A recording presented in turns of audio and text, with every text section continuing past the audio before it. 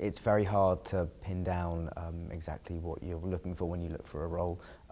But I mean, it's just basic principles. Like, I mean, I always enjoy being challenged by something and feeling that I'm doing something that I haven't done before. So that's probably the main thing that I look for, is something that's new to me.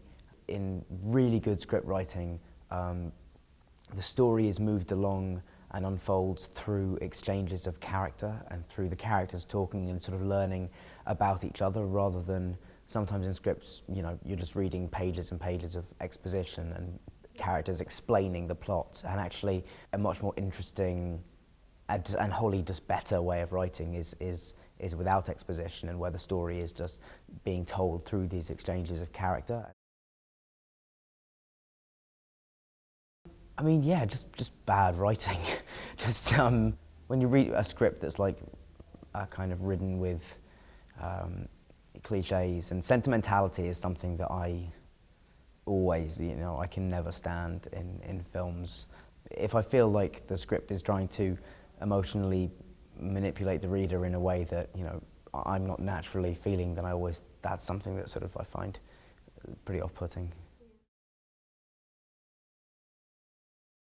Preparation for every role is slightly different, but you know, that's one of the really fun parts of the job, is working out how you need to prepare for something. I mean, to play Allen Ginsberg, obviously it was a lot of work on the accent and the voice, and a lot of reading about his life, and just working with our director on things.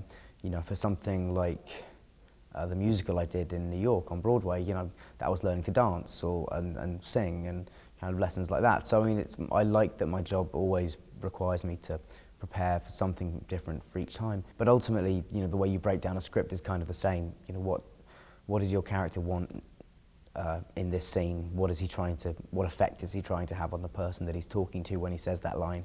And what is his overall kind of objective? And if you have a fairly clear idea, I think, of what those three things are, well, that seems to work for me anyways.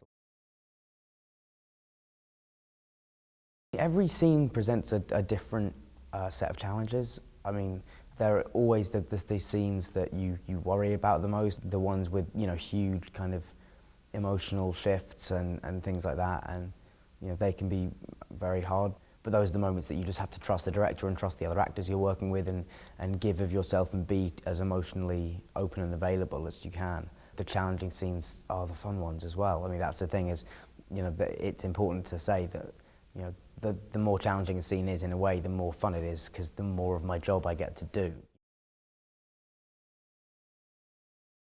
I think I learn from people all around me, because I'm now working with people who haven't worked on nearly as much as I have worked on, but you know, have worked in a completely different way and have been through drama school, or have worked with, you know, improvisation in a way that I haven't normally. So there's always, you know, I'm kind of always looking around to try and learn from everyone. If I could give one piece of advice, it would be that. Just, you know, learn as much as you can about how you, the type of actor you want to be, the type of person you want to be on set, because you know, you can learn as much about how you don't want to be as how you do want to be from watching actors sometimes. And I was very lucky to have an amazing group of people around me to watch and learn from growing up. So I think, yeah, just sort of be a sponge and take in as much information as you can. Gary Oldman was somebody that I was lucky enough to work with when I was very young. He gave me great advice and is still kind of a real inspiration. And also David Thewlis, who was on Potter as well, and I should say Imelda Staunton, and watching how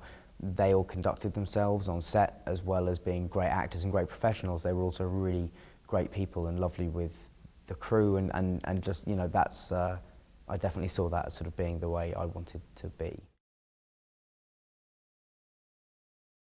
John Krokidas, who directed Killy Darlings, I think is the most amazing director of actors that I've worked with, and I think one of the things he does really well is he, rather than saying, you know, I want you to be sad in this moment, or I want you to be whatever in this moment, he will come up to you and ask you questions rather than telling you what to do, and so you arrive at the answers yourself and sort of have ownership over them as they then become character choices, and they feel more like they're yours rather than something somebody else has imposed on you.